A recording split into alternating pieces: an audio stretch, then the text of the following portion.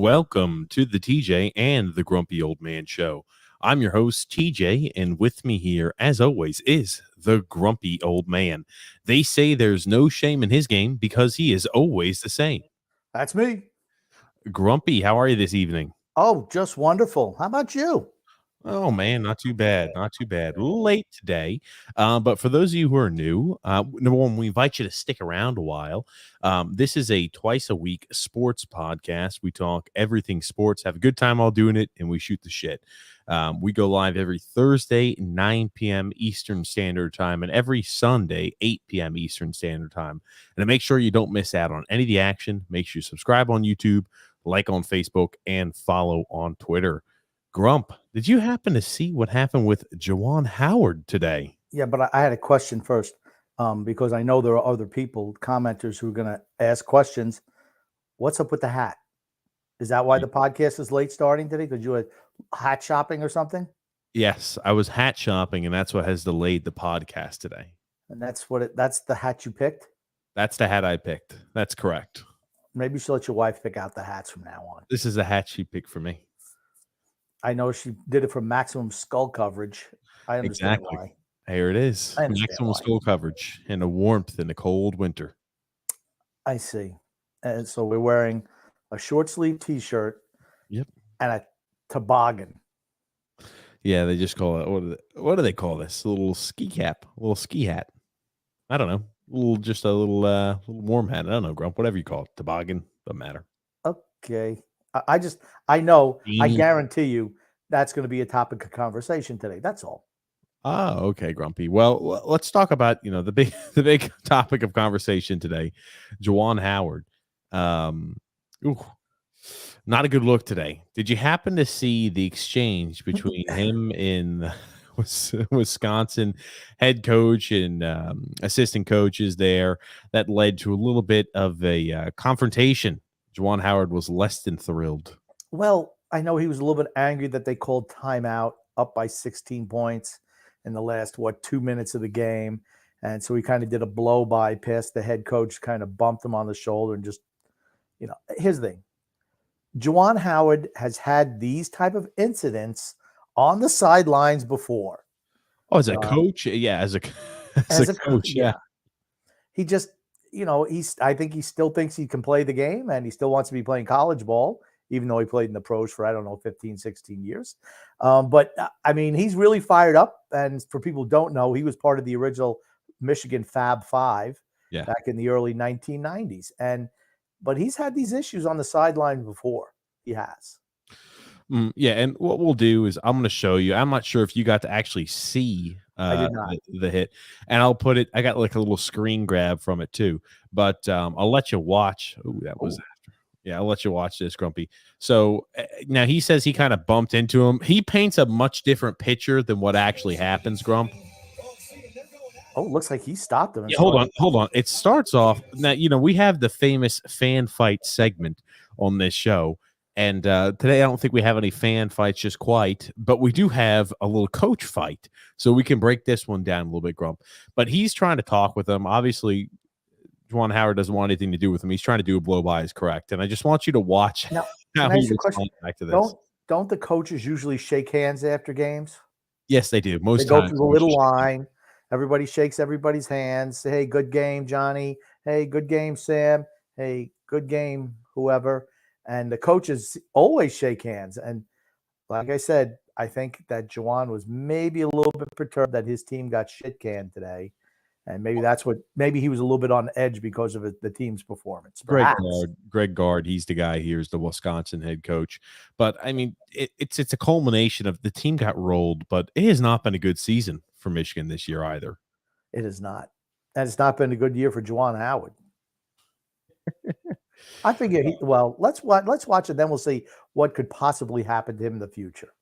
And I am interested in what coaches said after the game on what happened. I think that'll be interesting. I'll be honest with you. I think always when we look at it, it lies somewhere in the middle, right? The truth always lies somewhere in the middle. So, but let's go ahead and pull this up, Grumpy. We'll go ahead and continue watching here. You like how he grabs him at first. Hold on, let me remove this so you can actually see the bottom portion Yeah. of Maybe this. just start the whole thing over. Okay, Grumpy. This is from the start. Okay, here we go.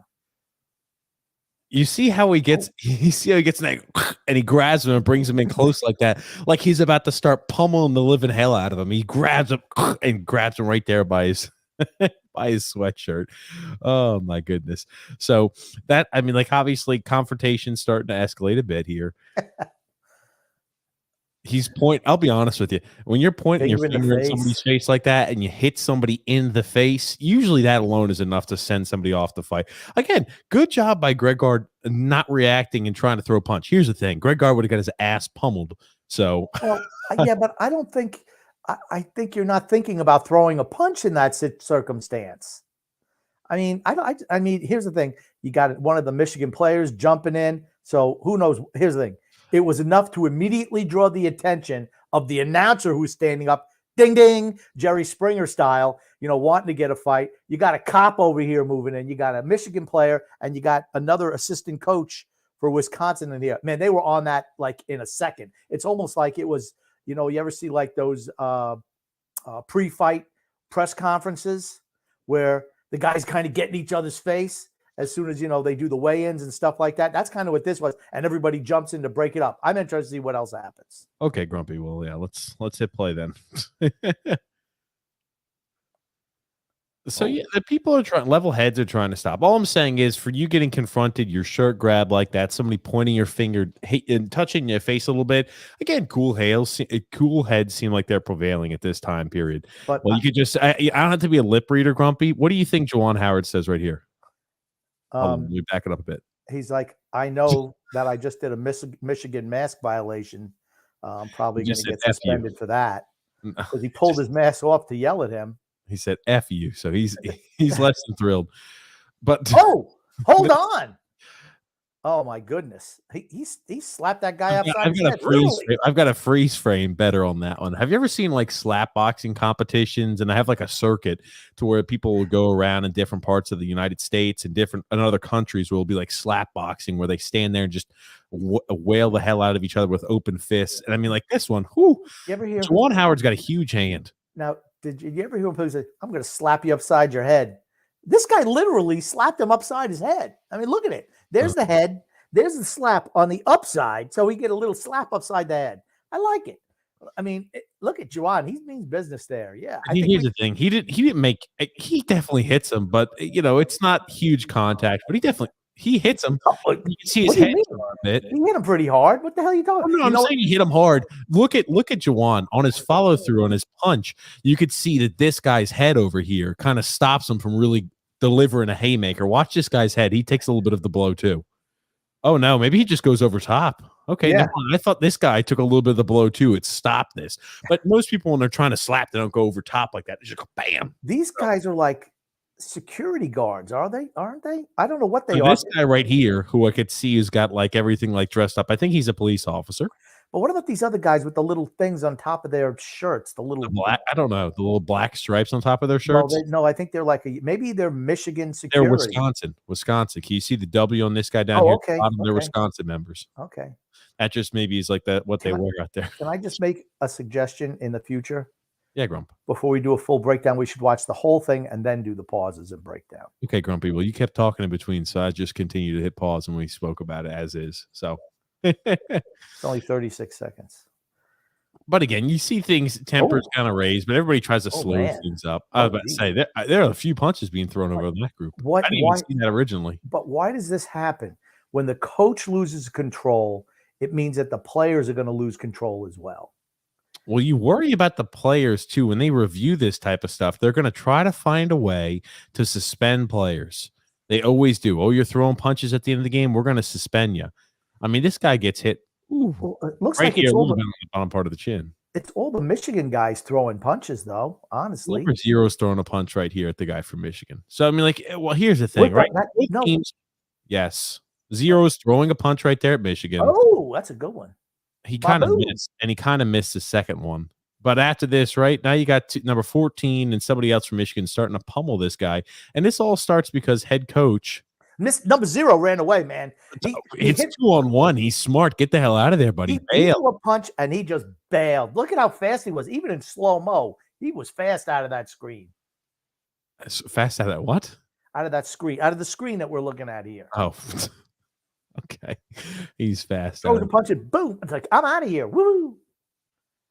Oh, you like him after he's starting to mix it up. I don't know who this guy is. I don't know if he plays a lot, but he's smiling and clapping. So he's happy, obviously, about the altercation. He's like, woo, let's go. And obviously saw number 0 running away. He's like, oh, number 5 over there's clapping. He's got a smile on his face. Everybody reacts differently to a fight, but number 5 seems to be a little excited about it. Is there any sound to this? Yeah, but it's a CBS soundbite, so rather not play that. Oh, okay. Because I'm interested what the announcers are saying. I'm sure they're not speaking and painting this as a rosy item, Grump. So Okay. anyway, so that was the altercation that occurred between Juwan Howard and the Wisconsin staff, as well as a few players. Now This is why basketball needs a taunting rule. Call it taunting rule. They should be That fouled. what is it? Taunting. Timeout rules? Taunting. Unnecessary timeout? Taunting leads to trouble. Unnecessary timeout, right? No, just taunting. All that stuff. You know, like the NFL does, they throw the flag. They should do that too. It'll stop that. Oh, here's our boy Juwan Howard. He looks angry. We'll listen. This is about midway through the press conference. So I'll let you listen to the press conference. We both have Juwan Howard and Greg Gard. So we'll let you listen to these two people. Can I ask you a question? Yes, Grumpy. Grump me again. Before it started, did they ask him about his team's performance in the game, or do you think they went right to the fight segment? No, just listen. Okay. I didn't like the timeout being called, and I'll be totally honest with you. I thought it was, not necessary at that moment, especially being a large lead. And then for to have the timeout be called for 3 seconds, 4 seconds ago, I thought that was, what I felt wasn't fair to our guys. And so that's what happened. Just a follow-up, if you wanted the game to get done, why keep the press on against Wisconsin's backups at that point? It wasn't press. It was just 5 pressure defense, man-to-man. That's what 5 is for us. Well, as far as touching, I mean, obviously, there's obvious touching with the handshake line there. There must have been more than that. Oh, yeah, it was more than that. Yeah. Touching me unnecessary with it.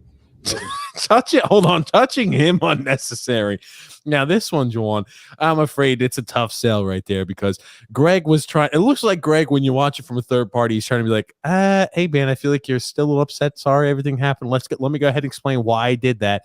I don't want you to come and be upset at me next time we play and you try to run the score up later on down the road. You don't want bad blood between you and other coaches of the conference. He touched me inappropriately. What? Okay. I'm sorry. I'll continue though, Grump. Calls for that when we were talking, and at that point, I thought that was, time to protect myself. Even later after some of the players. We'll go back, by the way, Grump. Now that portion of the interview is done, we'll go back and look at it because I want to ask you when you think Juwan Howard needed to protect himself and how violent Greg was being here. So we'll listen to both sides of this. I do think he maybe reached up and was able to touch him on his mid chest, saying, "Hey, see you later." And I don't think Juwan was having any of it. Oh God! But the biggest crime was pulling his mask down. That's a problem. Fine with everybody, they were all fine. And he came up to me and pulled his mask down and said, "I'll remember that." He started pointing at me and tapped me in the chest, and I said, "Hold on. Let me explain to you why I took the timeout." Maybe he doesn't know. Do you think that Greg did the handshake on? Hold on, let me explain to you why I took the time. Do you think it was as level-headed and as cool as he's describing it right now? This is what happened. I wish I could reenact this from both sides right now. Juwan says, "I came up and I didn't see him, and he went and he placed his hands on my chest, and that was just totally inappropriate." And then Greg says, "Well, I spoke very calmly to him after he put his hands on me and pulled his mask down. I told you he'd say something about the mask." And he pulled his mask down like that was a big offense. And I was trying to explain to him why we took very that calmly. We were so rational. Both guys were so rational that I'm surprised this escalated to where it did. Absolutely. I'm shocked too, but we'll listen to the whole bit one more time. He came up to me and pulled his max down and said, I'll remember that. And he started pointing at me and tapped me in the chest. And I said, hold on. Let me explain to you why I took the timeout. Maybe he doesn't know the rule that you get the 10 seconds reset. I wasn't going to put my players in that type of situation to have to break a press in 4 seconds, coming stiff and cold off the bench. I wouldn't do that for a regular group. I can take a timeout. It gives my players the best chance to have success. So that's where it started, that he said, I'll remember that. And I said, hey, let me tell you why I did what I did. And he didn't want any part of it. Kept moving on. So that's unfortunately, like I said, it overshadowed momentarily. I'm not going to let it overshadow it much longer than once I walk out of here. In fact, as soon as those questions are done about that, our team played really well in the second half, and we got a damn good team. He took a shot at Juwan Howard right there. For certain, maybe he didn't know the rules. No, he didn't say maybe. He says he didn't know the rule. He doesn't know what goes on. He doesn't know the rules. That's what he should have said. He said maybe he didn't know the rule. That's exactly what he said. I didn't think he said maybe. Yes, okay, I've listened to it a few times. He says maybe he didn't know the rule there. But again, that's one of those underhanded, like, oh, maybe let's just look at it from another point of view. Maybe he just didn't. He's a basketball coach, and he's been coaching for how many years? He played professionally for 15 years, and he's now been a coach at University of Michigan and had other coaching stops along the way. Maybe he just doesn't know the rules of college basketball. Yeah. Okay. That's it. Juwan Howard didn't know the rules. Oh yeah, I love it. That's great. That's great stuff right there. So now we've heard the two sides. Can we watch it full through and see what holds up and what doesn't? Yes. Here we go. We'll watch this one more time. Now that we know that everybody was pretty calm on this, and Greg Gard came out of nowhere as Juwan Howard was walking by. He said, "Hey, Juwan!" Boom! He said, "What are you doing? Don't be disrespecting our team." And that's when Juwan had to be ready. He had to defend himself. And then Greg Cards was a little different. He just wanted to come up and said, "Hey, Juwan, I just want to make sure you're able to understand the rules and why I did that timeout. It's maybe going to catch me under a bad light." Yeah, okay. I guess he did kind of put his hands on his shoulder as he's walking by. 77. Oh, see, and they're going at it. Oh, Howard and Gard are not happy right now as the two of them continue to have words. We told you Juwan Howard was not happy about that timeout. I still can't stop laughing at the slap to the head. That's the best part, man. That's amazing. Honestly, I hope Juwan Howard doesn't go anywhere, and I hope that Michigan and Wisconsin play each other at least 2 more times the rest of the season. I don't know what the schedule looks like. One more in the conference tournament, and if they've got another regular season game. I'm going to say probably this is the last regular season. It's coming down to the business end of the season. So I'm going to tell you that this is probably the last time they play this year, unless they play in a tournament. I was about to say, what is it, like 3 or 4 games? I just wasn't sure of the schedule. About 3 or 4 games left, but oh man, it's a shame. But I want to show you. I got a freeze frame from this, Grumpy, when we talk about how big Juwan Howard's hand is. I just want you to look at how big that damn hand. I mean, it's covering up almost the whole head. Just bam. I got a big hand too, but I mean, that rings your ears a little bit. That rings your ears a little bit like that when you get that contact straight on the ear. That's a solid. I remember when Dr. D. David Schultz hit John Stossel in the side of the head for 2020 on an interview with Wrestling. He says John Stossel asked Dr. D. He says, "I want to ask you the standard wrestling question." And Dr. D goes, "The standard wrestling question." He's like, "I think it's fake." Now, it's not really a question, more of a statement. But Dr. D just gave him an open hand slap to the side of the head. One says, "Hey, how's that? You think that's fake, boy?" And he hits him again. "How about that one?" And they had to pull Dr. D away. And John Stossel sued the World Wrestling Federation at the time and won money because he had constant ringing in his ears from that open hand slap. So Juwan could be in some financial difficulty also going forward. I want to show you this. Thank you, Alexander, for sending me this. Now, this, you talk about different scenes of all the different individuals. This person right here obviously was the cameraman who was getting us all that fantastic action. What a great dedication to your craft and getting us that film. But watch this guy right here in the corner, Grumpy. It's like you're yapping. Oh! See, like how he hits him the little thrust there, Grumpy. Where's Triple H and That's Shawn Michaels? A D-Generation X. Yes. Oh my God. The Road Dogg, Jesse James. And of course, it's a guy who's not involved at all in the conflict. Everybody else is on the front line. He's back there just like, see you later. Wham! Oh, man. I'll tell you what. Oh, Tell you this, you know what? Oh, well, look at him. I just, and there he goes. Oh, and Billy Gunn. Where's Billy Gunn? Okay, he's got to be a midget. I mean, at 33, I assume, is your center. I'm just like, look at how he makes him look like a full, I don't know, about a foot and a half small, smaller than him. Think about it. The kids were all calm, even though initially all the Michigan players were kind of zooming in there. All the Wisconsin guys were back until Howard threw the first punch, and that escalated everything. The whole bets were off there. Well, anytime you see your coach getting hit like that, and you see, okay, these are the guys that are on our staff. What the hell is another team doing, smacking one of our coaches? You're probably going to go there and defend them in all likelihood. Oh man, but that's been all over the news today. That's for certain, Grump. That's great stuff. And people want to know why we were on a little bit late today, because TJ was chastising me for not presenting us with enough items for the podcast today. I said today was a slow day, Grump. I said, what do we want to talk about? Okay, here again. Not really what happened. That's the TJ version. He was yelling at me. What do you mean you're eating dinner now? Why don't you stop eating? What the hell is wrong with you? How you should be getting me articles to bring up. And I sent him a bunch of articles. He's like, we're not doing that one. We're not doing that one. We're not doing that one. Those are exact words out of his mouth.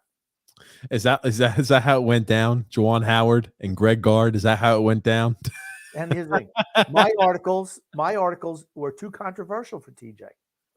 Too controversial. No, stop! You're ridiculous. You didn't send me anything controversial, sports article wise. But yeah, you're painting it like you could be either Juwan Howard or Greg Gard, grumpy old man. I was like, you were the Juwan Howard with your verbal assault. I just love how it was Greg Gard? Greg Gard. Gard. Greg Gard. How the first thing he said, and I was just joking about the mask, and that's the first thing he brought up. He pulled his mask down. Oh no, Greg!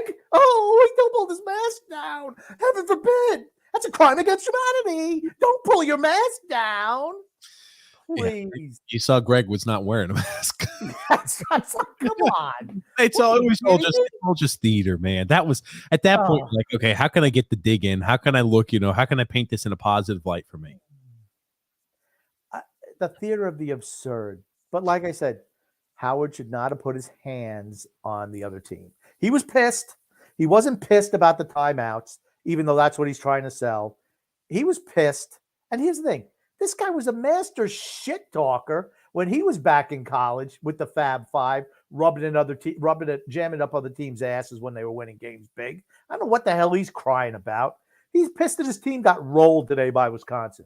He's more pissed about the seat. I mean, they have not played well, Michigan. That's why he's angry. I was going to say, and this is a game to where they came out and I'm sure they want a better result. And simple as that, the team hasn't played well this year for him. Yeah, well, what can I tell you? You look at, I was trying to pull up the record, Grump. They right now this season are 14-11 and they're 8-7 in conference play. So unless they win the tournament, they're not going to the NCAAs unless they win the tournament, their postseason tournament. No chance. I was about to say, Wisconsin was one of those games they probably had a must win on because Wisconsin's a ranked team. I think they were 15th in the nation. And when you're talking about trying to build your resume, right? Okay, you can get a win against Wisconsin. They've got down the stretch, they've got Rutgers unranked, Illinois who's ranked, Michigan State who's ranked, and Ohio State who's ranked. So you're looking at after this game, you had 3 of your next 5 games remaining in the regular season against ranked opponents. And you're going to have to win their tournament or at least win 3 games in the tournament to even have a shot. They got to Yeah, run the table. it's an uphill. Yeah, I was about to say they needed to win today. Today was a game that they had to have, and he was upset about the performance of his team. I'm sure the timeout didn't make him happy, but it magnifies everything. What they didn't show was Greg Gard when he was calling timeouts. Timeout, Howard, baby. Yeah, that's it. Bean saying, should Juwan Howard be fired? No. Yes, Really? because he's been a loose cannon on the sidelines all year. I- That's the way. His thing. It's not the days of Bobby Knight anymore, where you throw things on the court. He hasn't built up enough cachet there. Besides, being a student for 1 year. I mean, I don't want to see the man lose his job, but if you're going to tell me that could he or should he, probably in today's environment, yes. Woody Hayes threw a punch at a player, gone. I mean, that was in 1974, whenever the heck it was, 76. I don't even remember, 78, some way back. Here's the thing I think you look at when you think about this, right? Last year, they had a great season. Michigan did in 2020, 2021. And again, this year has not been good by any stretch of the imagination. They were 23-5 last year. They get to themselves in the spot where they were 1 seed entering the tournament. They lost in the regional final. I'm just saying they were happy, I'm sure, with the performance the team had last season. Hasn't been good this year. And the only way, right? I think you could, keep your job if you're winning games and something like that happens. It's really tough if you're losing games and you have these sore eyes that pop up.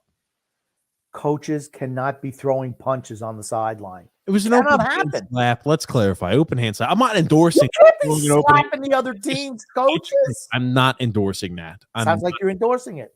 not endorsing it at all. I'm just saying if he keeps his job, you've got to sit down and say, dude, the next time anything like this even moderately happens with you on the court, you're going to be fired. We don't care. Might as well just fire him now and avoid the Christmas rush. Because, I mean, let's be honest, he's going to be smacking somebody else before the season's over. This is not the first time. He's been bombastic at best on the sidelines, just doing crazy ass shit. Let's be honest.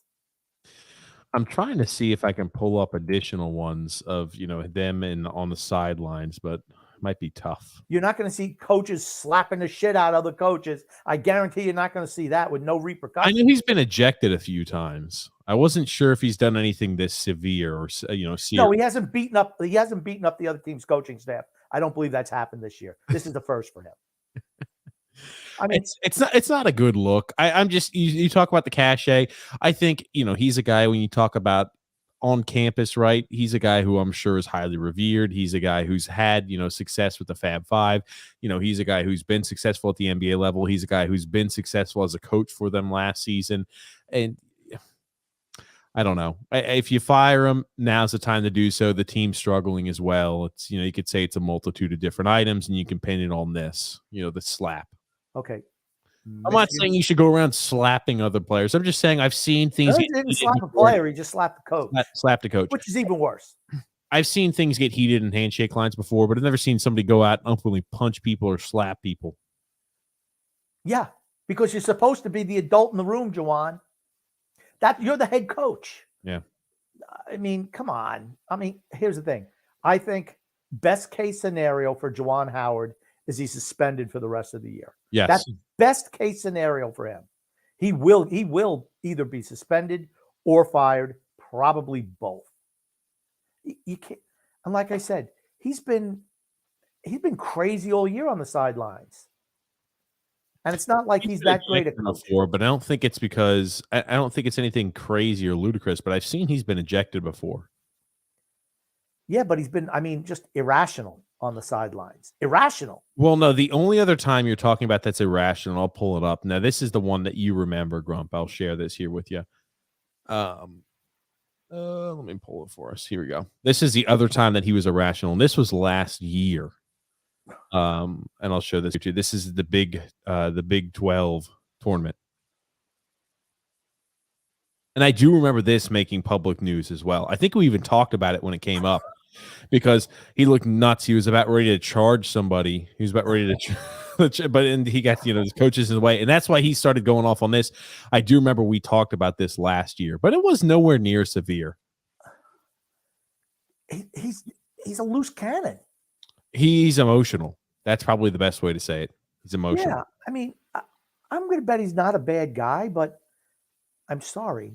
I mean, if you're a parent and you go into The mask came off then too. yeah, I know he has issues. He just looks angry most of the He time. is. He There does he goes. There's his mask back on. Look at him. He's sucking that fabric in. because he's He's probably causing irreparable lung damage with how much mask he sucked in there. I'm telling you. At least a little. Let me tell. But yeah, I mean, like, look at the score. I think they were winning at this time period too. Yeah, they were up by, they're up by 13 with 7 minutes left. Yeah, I couldn't remember what spurred this, but I think it was something the official did. But I remember this is the other time that he was. Can you drop BB's comment so I can see how much time was left? Let me do this here. 7:21. Okay, 7:21 in the second half. So the game was just about over. For all intents and purposes, it was over. Let's be honest. Yeah, they weren't losing to Maryland, and they didn't lose to Maryland that game. But that's the other time you're talking about that you remember him going berserk on the sidelines. Yeah, I mean, like I said, it's not the days of Bobby Knight. And I remember Bobby Knight. As long as nobody seriously gets hurt, I don't mind seeing them go crazy. My God, listen to you. Hold on. There's no physicality in the sport. I'm not saying I want them to go throw. I would have no problem with the coach, like, again, going crazy. Bobby Knight, don't hit a player, don't hit another coach. But if you're throwing a chair out there, going berserk and yelling at a ref, I've got no problem. It reminds me of like when a manager for MLB starts yelling at an umpire and starts throwing the bases around. That type of stuff. I like seeing that type of stuff, Grump. Okay. I don't want to see anybody get hit though. Bobby Knight never hit a coach on the opposing team, and he only choked one player, and that was the end of him. And it was his own player. He only choked one player. Okay. He got bounced. Hey, you get sorry. It's basketball. This isn't MMA. We just heard from Juwan Howard that when he threw that punch, he had to defend himself. He was in a position where he was threatened. He had to defend himself, Grumpy. This is my house. I must defend it. That little guy used some nasty words. He's like, hey, and you heard Greg Gard's words. I tried to explain to him the rules on what he should do. Maybe he wasn't aware of those rules. Maybe after he took his mask off, maybe he wasn't aware of the rules. Maybe he worded it like this. Juwan, I realized, that I touched you on the shoulder, and I'm sorry if I invaded your personal space, but it was inappropriate for you to take down your mask and say to me politely that you did not appreciate me calling those timeouts. But I wanted to just explain to you what happened is that, maybe you didn't understand the rule at the time. Yeah. Smacking the player. Everybody was so calm on all parties. B-Bean says, is Juwan Howard frustrated that he's not a good coach? I think it was more he's frustrated. The team, they needed that game. They're trying to make themselves a case to say, hey, we're going to get back in the tournament this year. And yikes, they didn't play well against Wisconsin.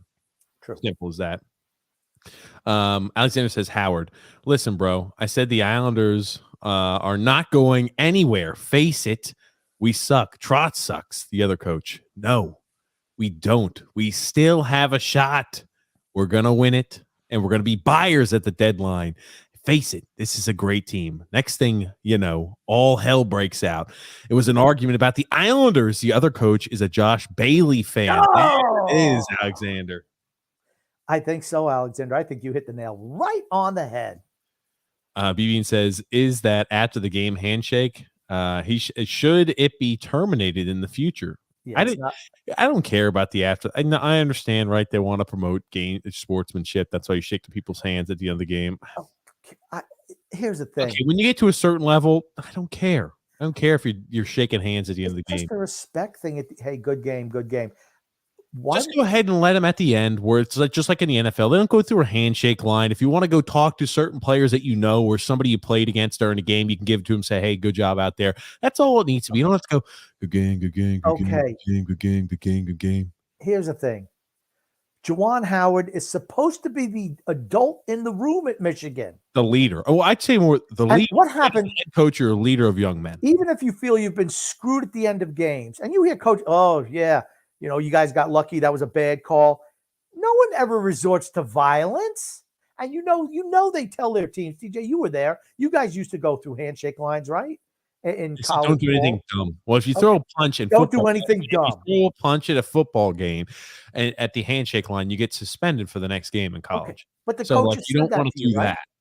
But the coaches said that to you, right? Something crazy like that happened, yeah, for certain. They would go through. But again, there's a lot that's different. Football is a lot more players out there. Not everybody always hears it. But there've been confrontations in handshake lines. Okay. Nothing that severe, but confrontations. Okay. But the whole thing is the coach, the adult in the room, always said, hey, don't do anything stupid in the hand. I'm sure they weren't nice. Well- Hey, fellas, let's not do anything inappropriate on a handshake line. I bet you wasn't quite nice and polite like that, right? Mm. After something tough happened. I bet you there's some obscenities and say, don't do any dumb or any. I'm sure there was some flowery language, and the guys got the message. Here's the thing. The players were calm. The coach is the one who initiated with the slap. That's what happened. I have really no sympathy for him. None, absolutely none here. Frank K says, Trott's proving today that he's not the guy leading this Islanders team forward. You hardly played Bellows in the third. Barzal looks like he's ready to strangle someone. The geezers have to go. What's great is people blaming Sorokin, saying, oh, yeah, he struggled. He should have made that save. I tell you. Yeah, he made about 3 or 4 saves in third period and in overtime to even get that. It's ridiculous. But here's the thing, right? Bellows, for as well as he played the other day, and I thought he played well today, had 4 shots on goal, a bunch of hits, and an assist. He only played 12 and a half minutes, whereas other 2 line mates played 19, almost 20, and 18 and a half. I'm sorry. That's disappointing for me. It really is. I told you. Remember when you were doing that you were talking about that yesterday on a podcast, and I said, Grumpy, that it's always something different. He never means what he says when he talks about this is just to appease. And that's why I was like, you'll never catch my hopes up until the season is past the point of no return, until it's like, hey, we're mathematically ruled out of the equation of the playoffs. That's the only time you'll expect to see them actually get fair and equitable treatment on the ice. That's it. Alexander says here, well, I text my Uncle Frank, TJ, and Grumpy about the game, and the first thing he said was Sorokin and Barzal suck balls. Okay. Yeah. We know that Uncle Frank has a vendetta against those 2 guys. We know he likes the grinders. He likes the Leo Komarov, won the gold medal in the Olympics playing for Russia or Finland. Who really cares? We know he's one of those 2 teams. He probably was a double agent from the Russian team and defected over to Finland halfway through the game because he thought they were going to win. And that's how he got his gold medal. But, Uncle Frank's a little crazy. We know that. We'd love to get Uncle Frank on the show. We straighten him out, Alexander. You don't need to worry about that. I'm afraid there is no straightening out that. Oh, man, Grumpy. He's pushing an agenda. His hatred. Well, most people, Warzone Warlord says here, is that Tim Poole or TJ? I like Tim Poole. You must be talking about your hat. Yeah, Tim Poole he's a famous YouTube guy who wears beanies all the time. That's his look. He wears the beanie. Okay. B-Bean says, this is why you cannot depend on live testimony. Yeah, I was about to say, well, in the heat of things, everything gets, can't remember what the hell happens, especially when you're giving a post game, and you're not going to make yourself look bad in all likelihood. You're going to try to sell it from your point of view. But Juwan was still a little worked up. He was still angry. You could tell he was still angry. He did all the punching, he did all the slapping. He was really pissed. The other guy, no, that is not what happened at all. He took his mask off.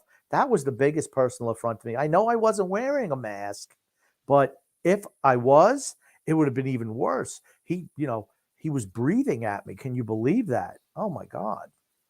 I'm rooting against Wisconsin. No matter where they go, I'm rooting against them just because he was complaining about him pulling his mask down. Sorry. You lose all points with me when you do that. Frank K says DX, Degeneration X. That's right, the chop. Pow. And then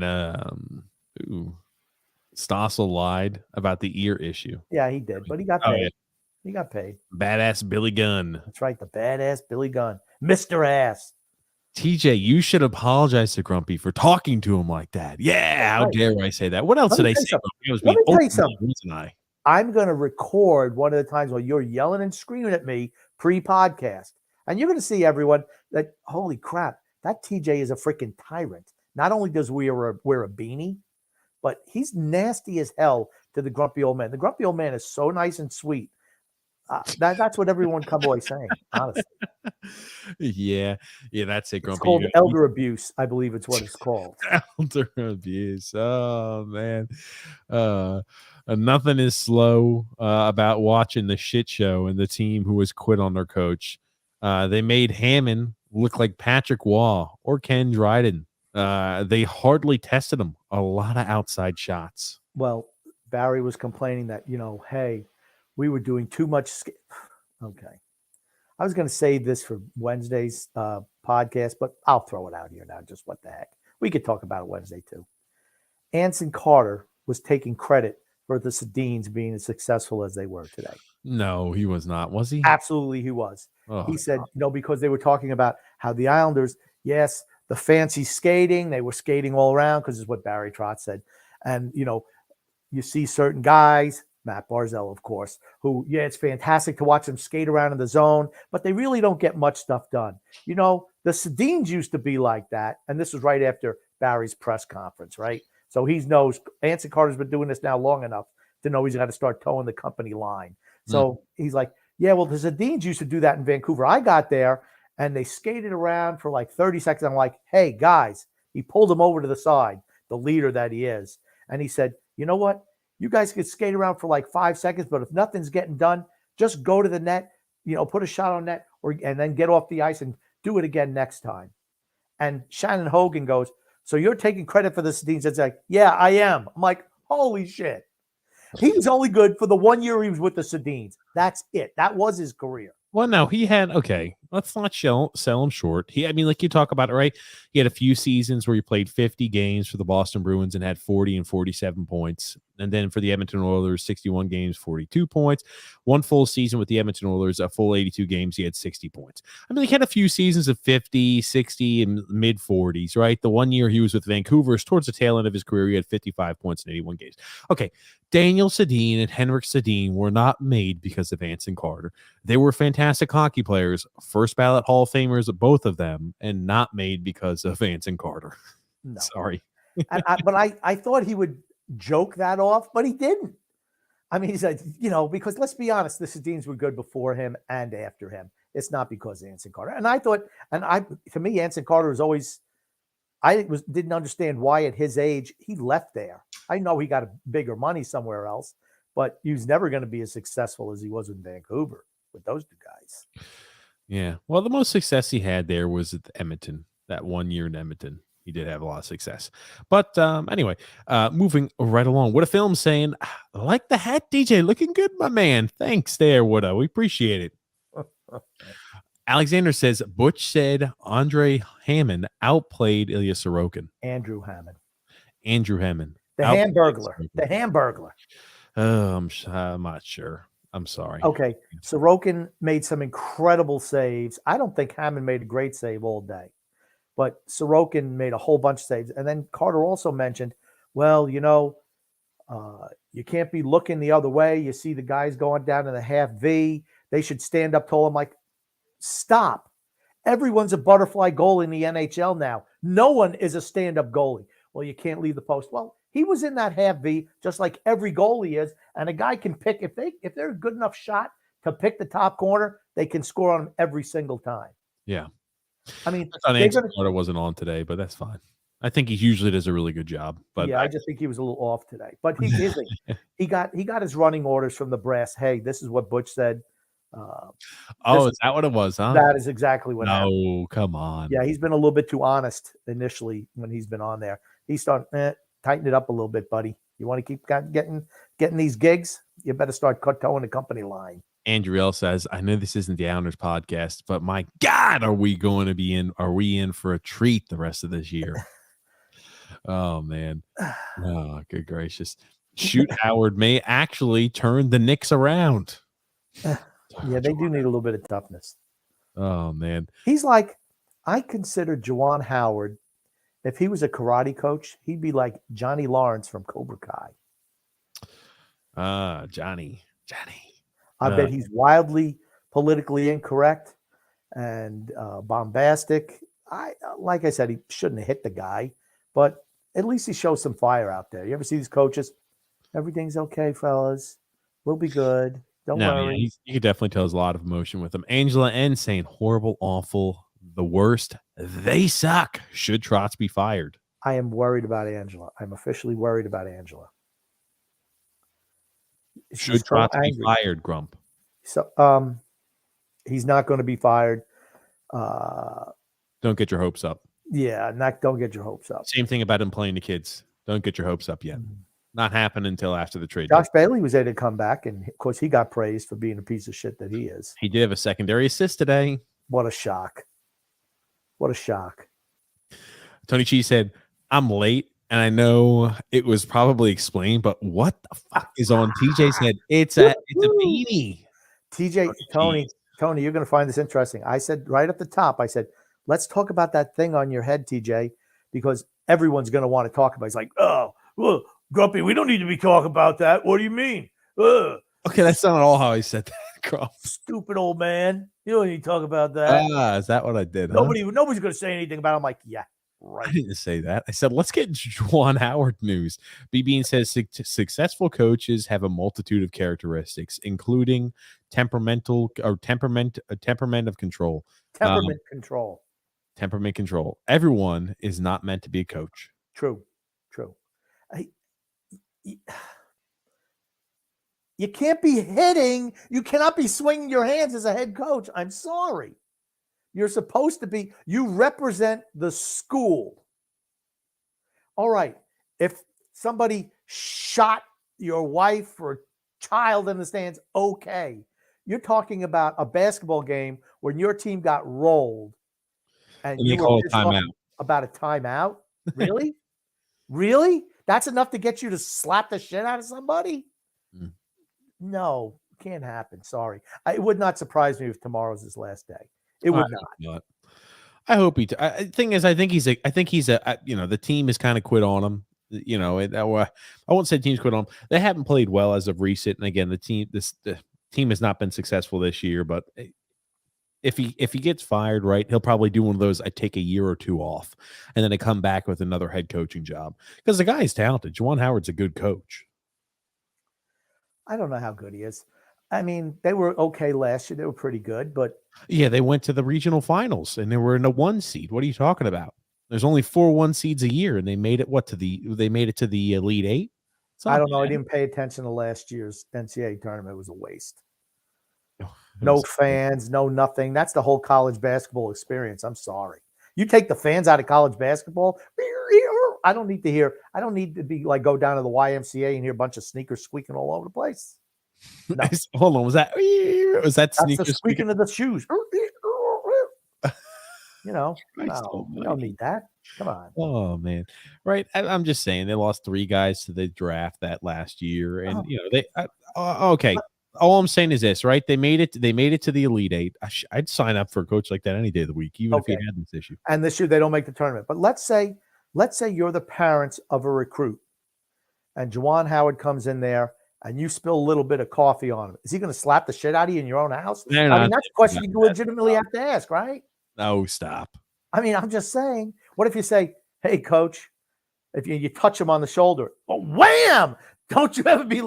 You insulted me. First, he'd take his mask down and then hit you. That's the biggest affront. I'm sorry. I think he actually made it to the Final Four last year. Did they? UCLA, they lost to UCLA. I think he made the Final Four last year. I have no idea. They lost to UCLA. I don't think they made it to the Final Four. I don't know. I don't know. Yep. And like I said, they lost. Yeah, they lost. Long story short, it's a bad look. If you go into houses, it's a bad look because you have to explain that. Every time you go in, you have to explain it. Only for a bit of time. They made it to the Elite 8 last year and lost to UCLA. But, I mean, it's only a little bit of time, right? I don't think he'll disappear from coaching. He'll never be able to find another job again if he is fired. Big if. Well, no, I don't think so either. I mean, here's the thing.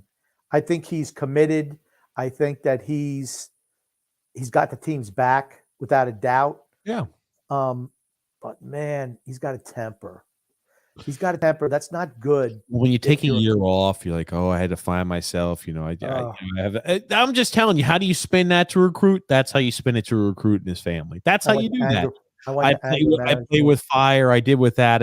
I had to do this. You know, you can spin it any which way. You spin it to whatever audience you need to. What a film is saying here. How's life treating you, Grumpy? It's pretty good, Wood, even though I had to listen to TJ's barrage of insults pre-podcast. Oh because my God. I wasn't sending him enough of the right type of articles to talk about on the show. Grumpy old man. I'm telling you, you're going to drive me nuts one day. Alexander says Howard went full on Richard Sherman on the coach. I tell you, I don't remember Richard Sherman doing anything quite like that, except it was, his wife's house and the relatives in the offseason. He still got a job. He was even assistant coach for a while in Tampa. Shows you what a shit show they are. Oh, good gracious, you in Tampa. What a film saying here at this point. Let the geezers play. We're done for the year. As long as they don't re-sign any of them, Chara's last dance. Unfortunately, they are all signed to long-term deals. The ones that count. Well, I will be very interested to see how these next few weeks unfold, right? Trade deadline, March 22nd. They March should be 22nd. moving. You lost to Montreal today. Montreal, the worst team in the league. You lost to them today at home. I just, and they did a post-game interview with Trotz, and, they said, well, Barry, your team's been coming out flat to start games.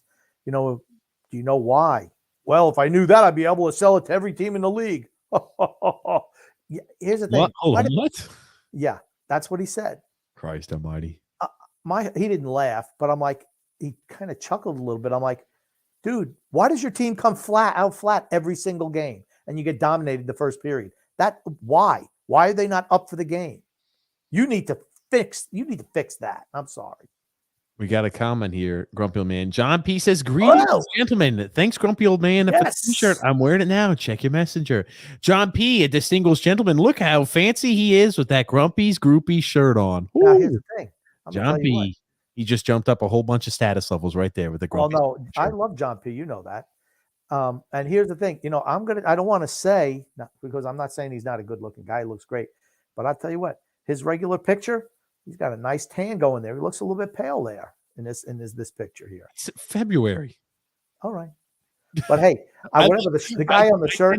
I tend to look a little more pale in February than I do in June and July, believe it or not. But I tell you what, the guy who's on his shirt looks fantastic, by the way. You're ridiculous.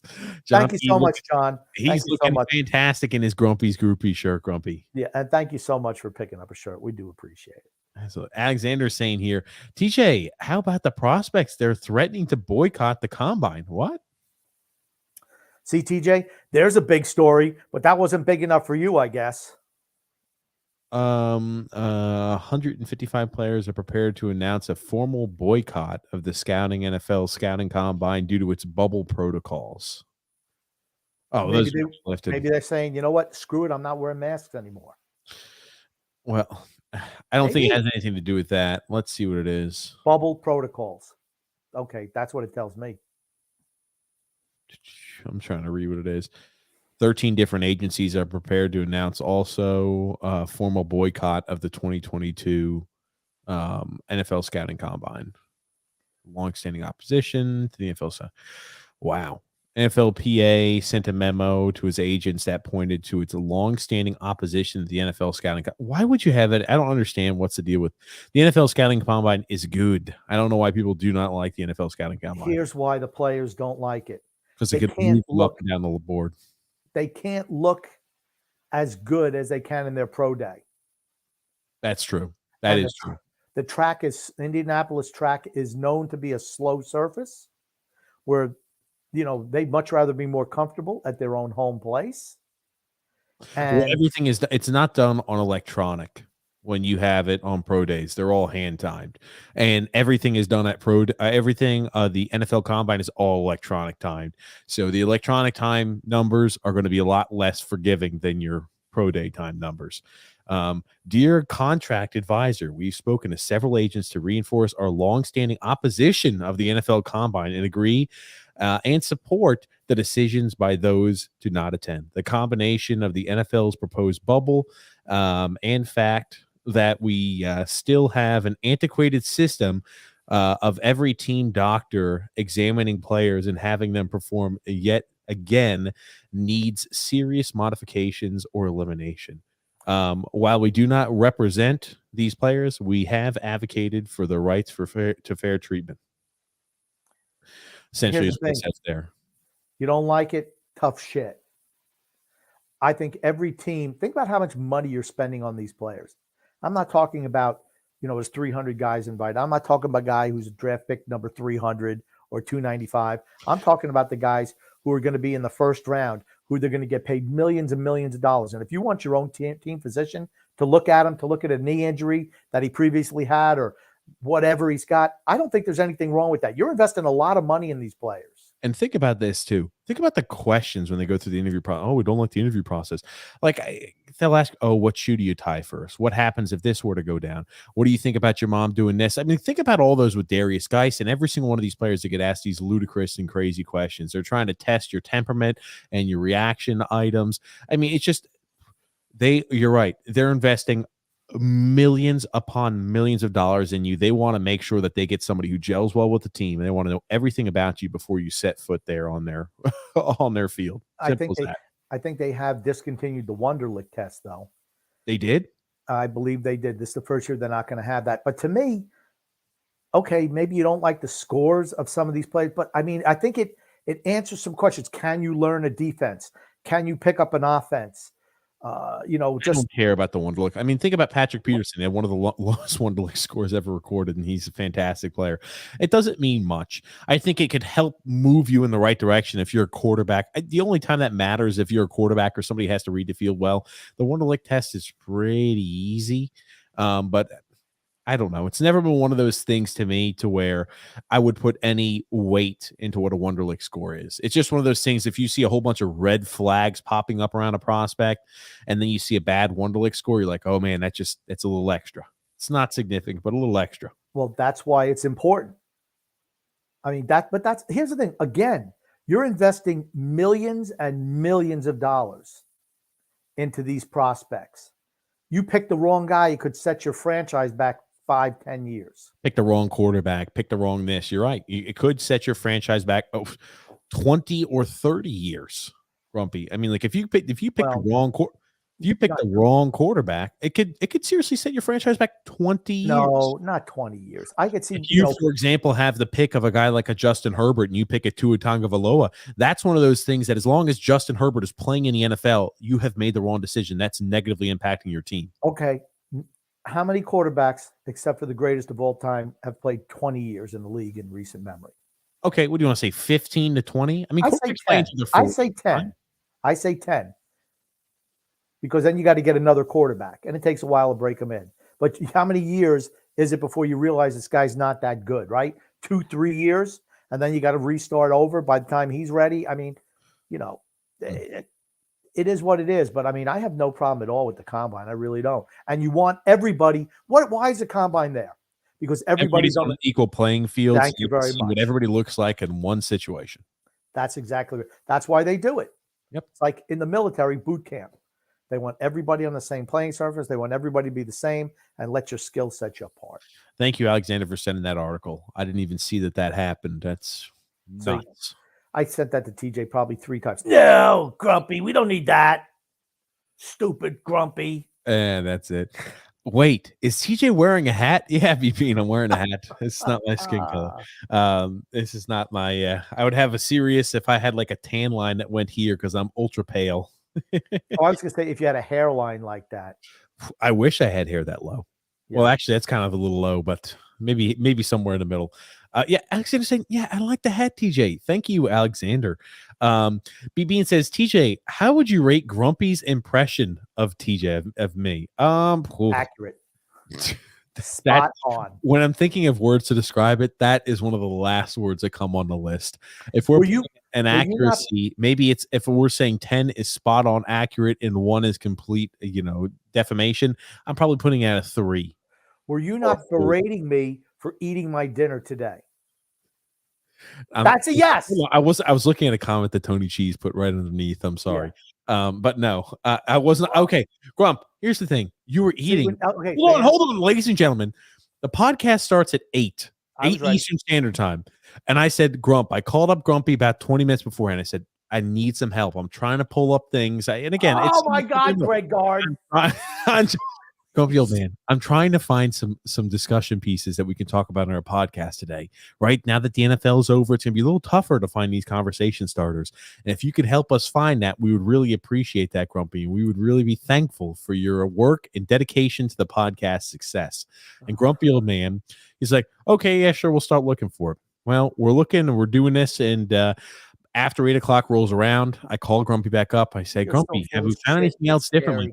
Grumpy is shoveling food in his mouth, eating for the next like 10, 15 minutes. I'm like, dude, I said, we're supposed to be starting a podcast now, Grumpy. We need content. Okay. TJ's just full of shit. That's why he's wearing the hat, so it's not coming out of his ears right now. Oh, man. The truth lies somewhere in the middle. Listen to me. You know how you know when TJ's lying? He smiles and laughs when he starts saying something. I smile and laugh all the time, Grump. No, you don't. Not on this podcast, you don't. Here's the thing. Smile and laugh on this podcast all the time. When I asked you the question, you just started smiling and laughing. That's why I knew. I'm going to ask you again. There you go. He knew because he's lying his ass off, people. I'm trying to see how you think that you can equate me smiling and laughing. That it's because an that's your indicator of my. That's your tell when you're lying. Okay. What's the question, Grump? The question is, did you not berate me for eating my dinner today before the podcast?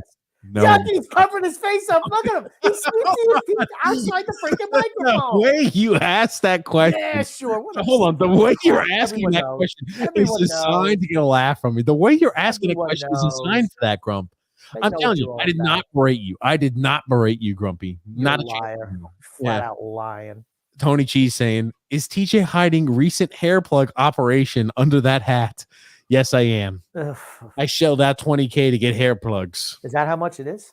I have no idea. I know that Wayne Rooney paid $10K back in like 2006 for them. So I assume just with inflation and, the cost of the surgery, I'm sure increasing is probably around $20K now. B Bean says, ouch, Tony Cheese. How about Brian Urlacher's hair, Tony Cheese? Oh, God. Brian Urlacher, yeah. Andrew L. said, my dad went to Michigan State and absolutely hates both Michigan coaches, Harbaugh and Juwan Howard. I don't think that's because of how they are as coaches. I just think it's because he hates Michigan. Yeah. It's about a little rivalry. Just a little bit of a rivalry. A little bit. The only way to truly communicate that violence is unacceptable is to fire him. Yeah. And then B Bean says, wait, is Grumpy Old Man secretly Clark Kent? I am. I hid my glasses over there, though. I put them over there. And like I said,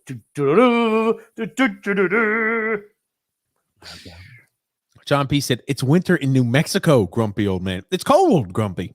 John, I know you are the most learned member of the podcast family. It is winter everywhere in the United States. Just saying. But it's winter in New Mexico. Winter in New Mexico is cold, isn't it? How cold is it in New Mexico? That's what I got to look up. It's probably cold. We're talking about highs of in the 40s and 30s, lows in the 15s. That's pretty cold. 15's cold. Yeah, Grumpy. Yes, that's why. It's winter time, Grumpy. Here's the thing. I was going to wear my Greyhound shirt today. I said, well, I don't know if John's. I like to wear it when I know John is going to be on. Just to pay tribute to him. And I looked at it 2 or 3 times, like, I should wear that. I said, you know what? I haven't seen John's name pop up recently. I want to get it when I think he might be listening. I'll put it on next time, Grump. Put it on. Alexander says, Grump, what made you fall in love with Islanders hockey? As somebody who lived on Long Island, you learn hockey at a young age. And my dad was a Maple Leafs fan of all things. I mean, he rooted for the Rangers as well.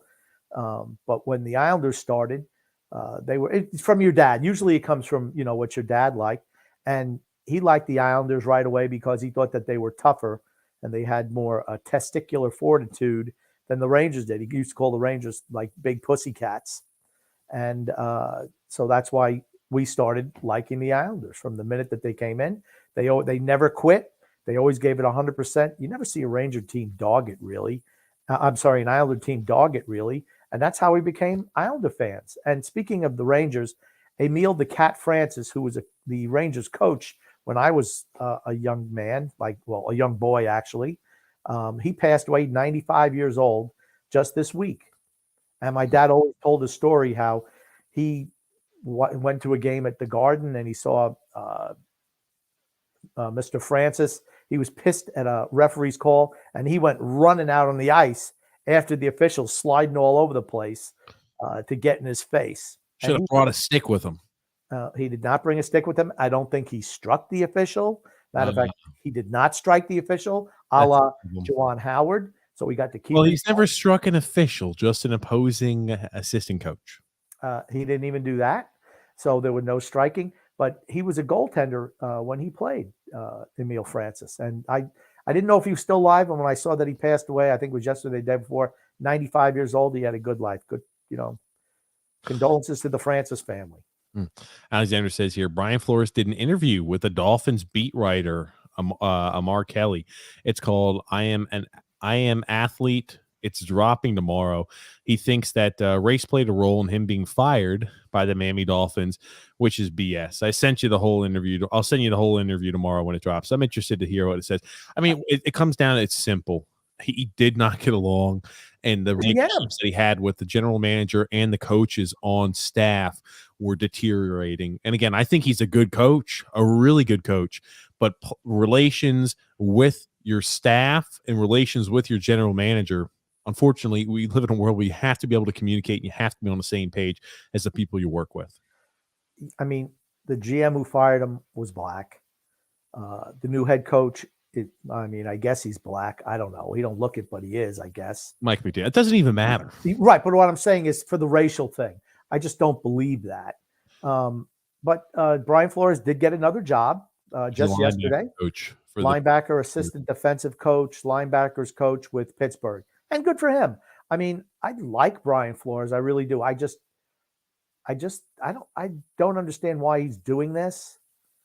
Well, he thinks there's an issue. I'm just not sure that his situation necessarily is applicable to that. I think look at the way the NFL has gone. They have gone, and this is how they're going to continue to move. We talked about it before, all to these scrawny looking head coaches that are, again, John, in my opinion, I'd call them Johnny pencil pushers. They're all 30, mid 30s, young 30s, maybe in early 40s. They're all these analytics offensive coordinators. They're all guys who are offensive coordinators that are getting these jobs. Young, bright-minded offensive coordinators. I can help turn your quarterback into wherever he coached before, and I can help turn your quarterback into a Patrick Mahomes, or I can help turn your quarterback into a Justin Herbert. I can help turn your quarterback into a Matt Stafford.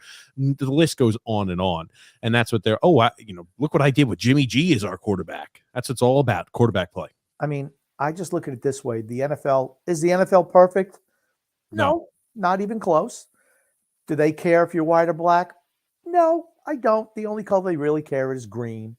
But the strides that they've made in hiring black assistant coaches has been tremendous in the last 5 or 10 years. Coordinators and position coaches. I mean, and that's just how it works. You start from the lower levels and you move up. And then eventually you become a head coach. Nobody's just going to say, okay, we don't have enough black head coaches. 15 years ago, they didn't even have a whole lot of black assistant coaches. But now there's a lot more. And as those guys move up in the ranks, that's how you become a head coach. It's not like you're just going to wander in off the street and just get a head coaching gig because you're black. That's not the way it works. Or white. I'm happy to see some of the nepotism disappearing a little bit in the NFL. That ain't going to happen. That's not going to happen. That's the biggest issue I've got. How does a guy with a mullet who makes facial expressions get to be defensive coordinator over Gerard Mayo up in New England? Because his dad's the coach. That's right, because his daddy's the head coach. I was about to say, nepotism still runs rampant. That's, if you're talking about the biggest issue I have with the NFL, it's the nepotism, and it's their Ooh, it's them willing to cover and conceal anything that paints them in a bad light to try to further propagate the profits they can make. Simple as that. They will do absolutely anything they can to turn a dollar, and I don't blame them. Their business, right? But in the same token, that's all they care about. They don't care about anybody else gets in the way. Think about the Ray? I always go back. The Ray Rice incident was the first time I really started believing this. They would, oh no, it wasn't that. I can't remember the exact words the NFL had. Oh no, it wasn't that bad. XYZ. They're explaining it. Oh yeah, we'll suspend him for a few games. That's it. And you see the video get dropped, and again, she was hitting him a good bit, but I mean, he just a brutal punch right to her face and knocks her out and just dragging her along down there at the elevator floor as she's slumped over, knocked unconscious. And the NFL was like, oh yeah, we're just going to give him a 1-game suspension. Don't do that anymore. You think to yourself, that only warrants a 1-game suspension. What happens when I see players get 3 or 4-game suspensions? Like, how bad is the beating? How bad is the burden of proof? That's when you have video of some guy striking a female and you're like, ooh. Yeah, I'm not a big believer of beating your girlfriend. Sorry. Not at all. But I just think, as I know they don't think it's fast enough, but as more, right, like said the McDaniel guy, perfect example, right? He's been in the league, 5 years? But the fact that he's an offensive coordinator, albeit one who's never called plays, for one of those West Coast offenses all out of that McVay tree, or Shanahan tree, those guys are getting spots, and it doesn't matter what their color is. If you can present yourself well in an interview, you're going to get those gigs. That's the problem with Eric Bieniemy, is I've heard from a lot of sources, he doesn't present well in interview. Well, if you can't interview, they're not going to give you the keys to a $1 billion franchise. Just not going to happen. Sorry. Well, John sent me when he was talking about Salah. He's like, he's not a skinny guy. He's in pretty damn good shape. When I'm talking about the skinny looking, the frail and slight looking individuals, right? I think to myself of like the McDaniels. Yeah. Like, I think to myself, I'm like, I mean, like Mike McDaniels. Yeah, Mike McDaniels. He's one. I think to myself of guys like Josh McDaniels too, right? I mean, he's still in his 40s, right? I would say he's one of the older coaches that have recently got signed. But I mean, like, you go down the list. I mean, it was Kevin O'Connell. He was pretty. Was he with the Rams, right? He was an offensive coordinator for the Rams. Okay, and he didn't call plays either. It's like, what is this giving They're guys? going all these offensive-minded individuals that are. Every single one of them is about an offensive head. I think Salah Salah was defensive coordinator. I was about to say he's one of the ones that were not that case, but a lot of these are offensive coordinators who have never gotten a head coaching job because they say, "Look what I've done with XYZ. I can make that happen here too." Oh, look at this! Look at how great Matt Stafford performed on me. Hire me as head coach. You don't see a whole lot of DCs getting head coaches anymore, though. It's unfortunate. The whole game was played. The whole game is about quarterback play. The whole game now. Everything's about quarterback. That's why DCs are not getting those jobs, period. And Frank Hay says, so evidently Tom Brady had some issues with Bruce Arians, and Leftwich had issues with Brady and Arians. Now, that was one we had on the topic list to talk about, Grump. I'll let you take it. I'll let you take the reins and run with it, Grump. This is another article. And TJ will see him smirking now, and he'll be smiling, that I sent to TJ. And his exact words to me were, no one cares about Tom Brady. Every podcast, you have to say something about Tom Brady. Every single podcast. I'm like, this is big news all the way around the world. Just you don't want to talk about it. That's not my fault. Here's the issues that supposedly were going on. Hopalong Cassidy. Bruce Arians had his little Achilles injury. You know, he's walking around with his he's got that little thing where his leg is up. The scooter. Whatever, on one leg. And he's pushing with the other like a little scooter, whatever it is. And he was going to rehab during the week. Brady, de facto coach, GM, and Byron Leftwich were doing, and this is just what's been reported. I don't know if it's true or not. And Bruce Byron Leftwich called it out as complete BS. Yeah, he's a buffoon, though. He's a real buffoon. So you see Byron Leftwich and Tom Brady did the whole offensive game plan. Bruce would stroll in, 1 o'clock after his rehab. He'd just take it and just X out everything that they put in there. And it supposedly pissed the both of them off. Would that surprise me? It would not. I could see them crossing out certain things he didn't like. He didn't cross everything out. Don't frame it incorrectly, because let's make it accurate, right, Grumpy? He went there. He saw certain things he didn't like in a game plan. He crossed it out. Here's the thing. He's not the reason why Tampa Bay won the Super Bowl last year. He was a passenger. He was the Josh Bailey to Tom Brady, just along for the freaking ride. And I think he wanted credit. That's what I think. I think you could see Brady's demeanor after a certain spot, after a certain portion of the year. You could just tell he's like, this guy's a freaking clown. And I think that he just wanted to get out of Tampa. He also said there's no way that Tom Brady's coming back. Well, he's like, because Brady said this, and, with the cap situation, he couldn't come back. Well, Tom Brady could do something like this. Once they get their new quarterback and they're up against the top of the salary cap, he says, I'm coming back to play. Then they'd have to move him, trade him, or release him. And that's where he could do a power play, just like Brett Favre did with Green Bay and the Jets. And just like Rob Gronkowski did. That's right, just like Rob Gronkowski did with the Patriots to get himself to Tampa Bay. That I could definitely see happen. What about if Tom Brady goes to San Francisco? Doesn't that make them the favorite to come out of the NFC? George Kittle came out today and said that Trey Lance is ready to be an NFL starter. You want to know who said that he wasn't? Joe Montana and Steve Young. I don't know. I'm just going to take their word for it. Give me context. Joe Montana and Steve Young within the last week said that Trey Lance is nowhere near ready to play in the NFL right now. What was the conversation like? Was this just like an interview? Is Trey Lance ready? Is Trey Lance ready to play in the NFL? He's not ready right now. Both of them said that. Why were they asking Montana? And because Jimmy Garoppolo's leave, because Jimmy Garoppolo is going to get traded and they don't have a veteran. Are you ready to hand the keys over to Trey Lance? He's not ready. Both of them said it. What are they, owners of the team? They're connected. You don't think they're connected with San Francisco? I'm not saying that they're not connected. I'm just saying, how much time do you think they do studying game film and studying practice of Trey Lance? You don't think they talk to the coaching staff? Come on. I'm not saying they don't. I'm just saying, it's one of those things. Take it with a grain of salt. This is a guy who played one game before this year, played one game in 2 years. 1 game in 2 years at a lower level. He comes in, he played how many games this year? 3? And he was okay. Up and down, up and down. Okay. You think is Trey Lance ready? Jimmy Garoppolo was awful. Awful. What does it tell you? It would be much worse than Jimmy Garoppolo, right? But what does it tell you? If you thought Jimmy Garoppolo was a better option, what does it tell you about Trey Lance? He's not ready. Because Jimmy Garoppolo sucked. I mean, I guess we'll wait to see. My question is, if you're San Francisco and you have a team that is right now ready to win, let's be honest, they're built to win right now. The only position you need is a quarterback, and you get Tom Brady for a 3rd-round pick. Wouldn't you at least investigate that? I'd do that in a heartbeat. That's why you go for it. You're there to win. And what did Tom Brady, dude? I don't know if Tom Brady's going to come out of retirement, and here you're talking about Tom Brady. You realize you want to wish him out. It's just like yesterday with Barry Trotz playing the young guys. You want it to happen so bad that you're like, it's going to happen. I think it's going to happen. You do realize that Tom Brady has never used the word retirement, right? You do realize that he's never used the word retirement. Another phase of my life. Goodbye, Tampa.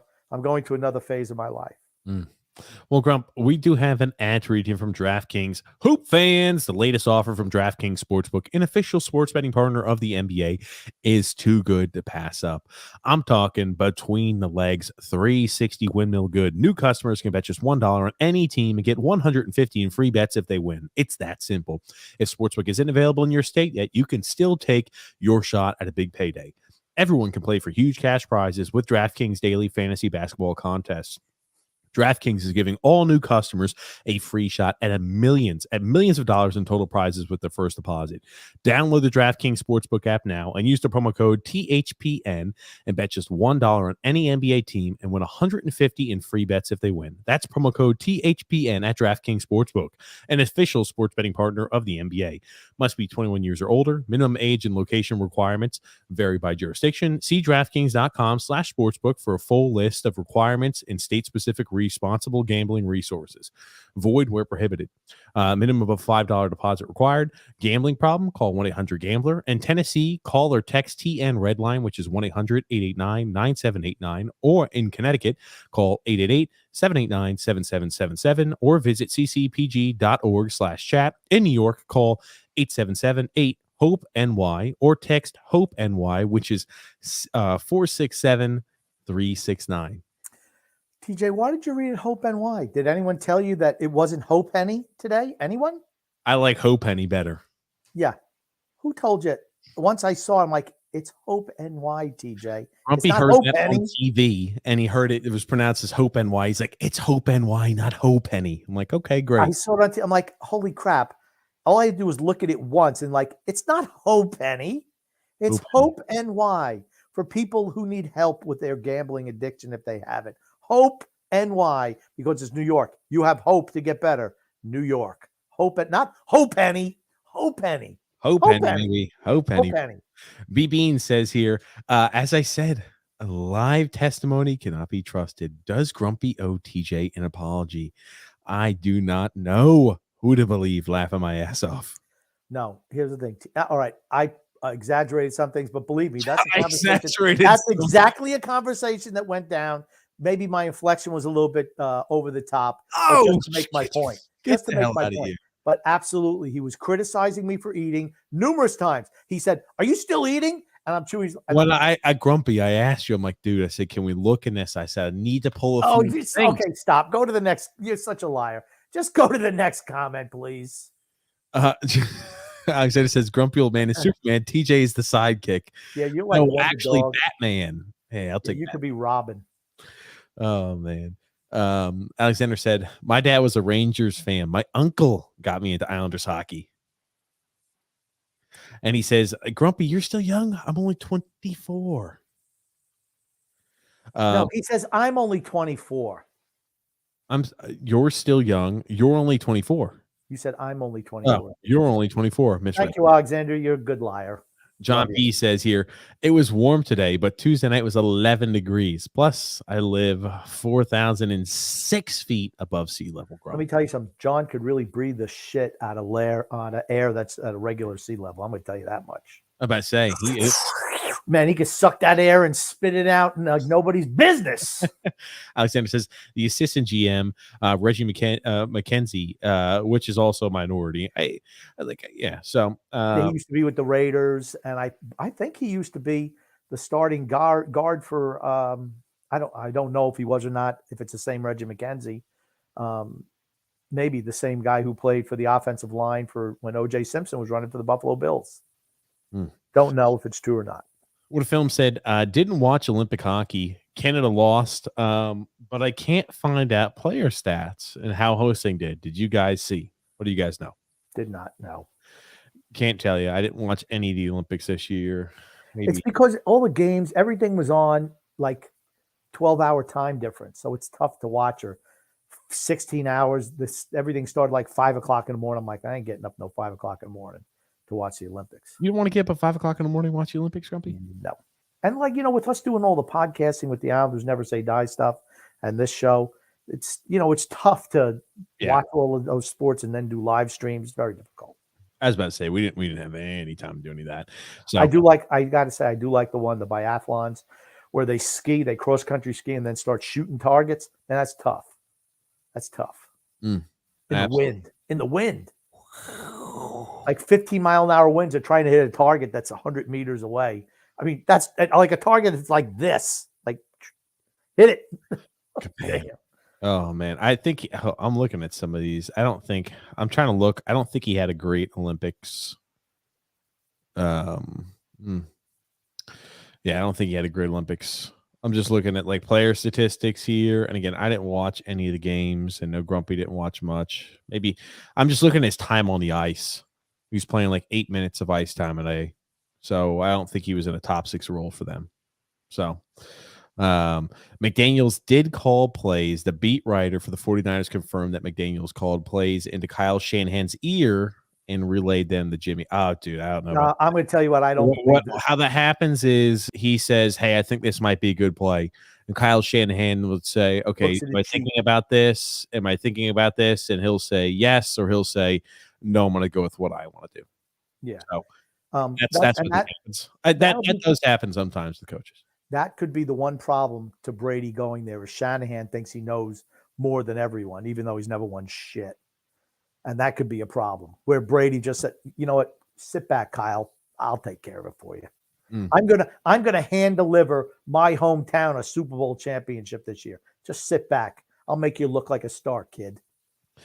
Alexander says, watch out. He may want to buy a stake in the Dolphins, Tom Brady. That's the other rumor. He doesn't have enough money for that. What do you mean? I don't think he's got enough money to buy an NFL team. I'm not saying he'll buy it all up front, buying stake to be a partial owner. I mean, how much? I mean, again, Grumpy, he's got his clothing line. He's got the endorsement deals. He's got, I mean, everything under the sun. And his wife's a supermodel who does like she's got her own clothing brand, got a perfume brand. Hold on. So you think the woman who's driving him from the sport is going to say, yeah, Tom, take $500 million out of my bank account to plop down on a sport that I hate. I don't think she hates it. She probably. How long you been married, TJ? How long you been married? Long time ago. Yeah, not long enough. That shit ain't happening. I'm telling you that much right now. Isaiah says, no, Tommy, you're not spending that money on that stupid football team with the fishy on the helmet. And what the film saying? Found it. Hosang had 3 assists, played all 5 games, had a +2. Not bad. Okay, well there you go. There it is. I know 2 of those assists came against China. So I know the China Olympic hockey team is not great. But he was playing, unfortunately, a bottom line role or a bottom 6 role. Now, I want to show you this, Grumpy. Jamie Benn was fined $5,000, the maximum allowable under the CBA for an unsportsmanlike last night's game. I want you to watch this heinous crime committed by Jamie Benn. And I want to ask you, the listeners and viewers of the show, if you find this appropriate. Look at the bench. Watch what Jamie, look at what Ben does to him. Squirts him in the face with some water, a little insult to injury. You see, look at the bench. Watch what Jamie. I'm not saying you should be scoring players on the bench, but $5,000 fine for that. Maybe he was just testing the water bottle. That definitely wasn't it. $5,000. I love how he shoots him in the face. They've all got visors on. I mean, like he barely hits him too. I mean, it hits him up there around the helmet, but I'm like, okay, $5,000 for that. I don't know. That's ridiculous. You let guys lick players. I was about to say, I cannot remember. Was he fined when he licked Leo Komarov? I have no idea. Ridiculous. I want to ask you one additional question, sports related here. Was that the one thing you brought to the podcast today? Was that squirt? No, not that squirt. I thought that was a little okay. The one thing I brought, get the hell out of here. Now, I think this is an interesting topic. Which offensive rookie makes the biggest leap in year 2? And they give us a few lists. They give us Trevor Lawrence, Zach Wilson, Justin Fields, Trey Lance, Jalen Waddle, Javonte Williams, Elijah Moore, or other. And I wanted to get your take on it. It's not going to be Jalen Waddle because he was really good this year. So he's already been crossed off. He had a great year this year. So I don't know how much. How much better he can improve? Well, I think he can improve, and I think he'll have better numbers. But his numbers were so high this year that, his bar is like set up here. So if he goes up to here, he might have the best season of all, but he only moved from here to here. Where you got a guy who's a piece of shit and goes up to here, that's made bigger improvement, right? Okay. I think, man, Trevor Lawrence. I was about to say, yeah. Jalen Waddle had 104 receptions and over 1,000 yards receiving. Yeah, so he's not going to double his production this year. So he's off the list. Javonte Williams is a guy I'd keep an eye out for. He had a pretty good year too, but he's going to be the feature back next year for Denver. So he's high up on the list. Elijah Moore plays for the Jets. And I'll be interested if the Jets get some offensive line help. It'll make both Moore and Wilson better. I think the Jets are going to look for a wide receiver in the early rounds of the draft, maybe even the first round of the draft with their secondary pick at number 10. That'll make Zach Wilson better, but it would adversely affect Elijah Moore because he'll be more of a slot guy then. So he might have bigger numbers, but he's not going to be the big play guy if they get another big-time receiver. Justin Fields, new head coach. I don't know about him. Trevor Lawrence, Doug Peterson's his coach, nowhere to go but up. Trey Lance, is he even the starter this year? If the greatest of all time winds up coming in, it won't be him. I'm going to say Javonte Williams. That's what I'm going to say. I'm going to go other. I think, well, and I'm gonna kind of tell you what I think here going forward. You know, when you look at this last year's draft, so you're picking the field. Then you're picking the field. Well, yeah, and I'll tell you which players on the field that I think could take a step forward and really have, you know, that big explosion onto the scene. This may be wishful thinking, but if he can stay healthy, I think Kadarius Toney showed signs last year when healthy that he could really be something special. Big if, though, can he stay healthy? Right? You talk about, you know, his prior performance last year, 39 receptions, 420 yards. They still have that freaking handcuff as a quarterback in Daniel Jones. Do they try to switch up quarterback? I mean, like, I think that could definitely have a big play in it for certain, Grump, if that happens. And also, don't sleep on Travis Etienne. I mean, he's a guy who was out injured all of last year, and we think to ourselves, will he be able to take a step forward, right? You know, what is he going to look like out there? I mean, Trevor Lawrence didn't have a great year last year. They're going to have a lot of movement, and I think they're going to want to try to get the run game established. You know, what are they going to look to select here? Are they looking more for offensive line to kind of protect Trevor Lawrence because they didn't have any of that to help establish the run game? I'll be interested to see what Travis Etienne can do for those Jacksonville Jags this year. Well, the thing that, remember, Etienne is not going to be a full-time back there. They got James Robinson. He's the between the tackles guy. I think Etienne's going to be more of a pass-catching option out of the backfield.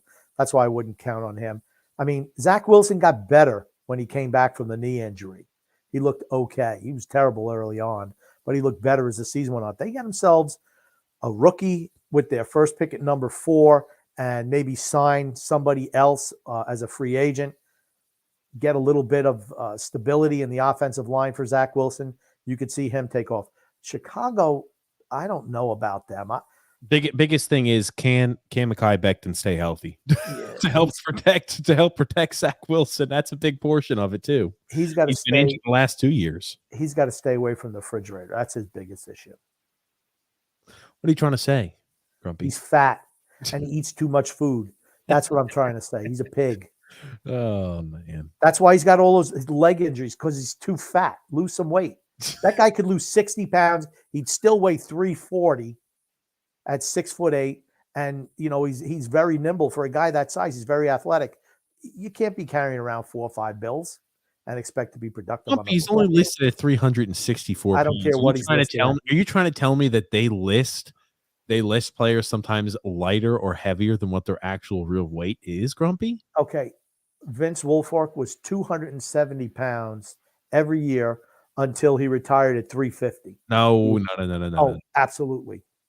Absolutely. In the media guide, he was 275 He was pounds. always listed at 325. That's wrong. Okay. You're mistaken. When he came out of college, he was 275 in the media guide, and he was 275. We used to joke about it up in the press box. How I'm like, holy shit, look at his size. He's no 275. They use the same weights as when they come out of college. That being said, 275 coming out of college. What? He was no 275 coming out. 275 coming out of college. You're talking about 25 years ago. Not everybody was 300 pounds back then. But Mekhi Becton, he stopped eating so much. I will tell you this. I always love looking up the old pictures of Vince Wilfork saying 325. Oh man, I tell you, he was even when he was playing, man, he was no 3. I mean, he was 6'2", 6'3". I mean, he's no 325, Grump. I mean, that picture right there. Let me remove this banner so it's easier to see. I mean, he's looking on a skinny day. If he had fasted the night before because he had to have some blood work done, maybe he's looking 375, 370. He was a fantastic nose tackle. Fantastic. Yeah, that's a guy who might make the Hall of Fame. It's tough for those guys to make the Hall of Fame nose tackles because you don't produce a whole lot of stats. Man, I'm just looking at all these pictures. Okay, even when he was in college, he was no 275. I'm looking at him back there in in Miami. I don't know. He's still Show us a Miami picture. Go ahead, put it up. He's still looking like he's 300 pounds even in Miami at 6'2". Again, he's nowhere near as big as he is now, but I'm just saying, Grump. The shirt is loose on him there. He's got a loose shirt. When was the last time Vince Wilfork had a loose shirt? It hasn't been since 1990. I mean, this is a pretty loose shirt he's got on, Grump. That's what I'm saying. That's a loose shirt. That's a pretty loose shirt. He's a pretty. Why could I see 325? I'm just saying he looks like he was probably 290, 295 in college. I mean, on skinny days. I mean, but when he was playing the NFL, he was he was not in the 200s. No. He was, I'll tell you, he was probably closer to 370, 375. The guy was big. There's been reports that Mekhi Becton's was over 400 pounds last year. Really? Yeah.